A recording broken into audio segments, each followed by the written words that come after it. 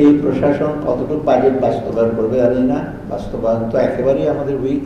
এই বাস্তবায়নটা সবচেয়ে, এখানে জবাবদিহিতা নাই, মনিটরিং নাই, এবং যারা সরকারি কর্মচারী রুটিন জব করে।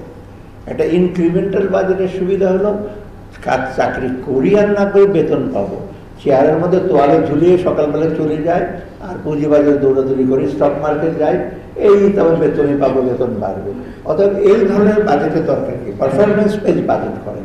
কিছু কিছু সরকারি সংস্থা কোনো প্রয়োজন নেই, বন্ধ করে দেন সেগুলো। কিছু কিছু সরকারের কাছে তাদের দরকার নেই, ছাঁটাই করে দেন এগুলো।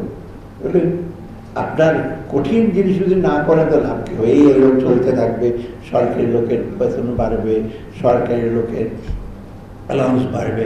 অ্যাটলিস্ট রেলওয়ে সেক্টরে বা রোড সেক্টরে একটু পারফরমেন্স করেন। রাস্তা যায়, বৃষ্টির পরে চলে যায় রাস্তা পথ, তাহলে কী হলো? এইগুলি খরচ করে কি লাভ হচ্ছে?